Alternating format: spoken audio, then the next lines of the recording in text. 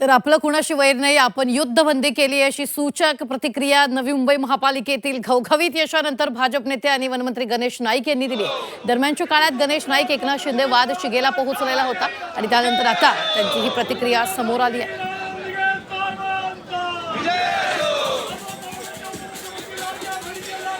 छत्रपती शिवाजी महाराजांना ते वंदन करायला गेलो होतो वाशी सेक्टरमध्ये, त्याला मी असे 2 मोठ्या होर्डिंगवर ते टांगा पलटी म्हणलं एक काढून टाका, एका मिनिटात संपला आता।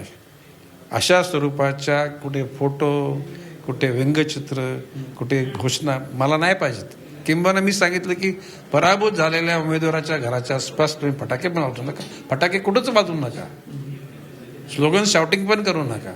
याच्यातून काय शेवटी हार जी ती माणसाच्या आयुष्यामध्ये नेहमी होत जात असते आणि शेवटी जो हारतो त्याला यातना होतात ना।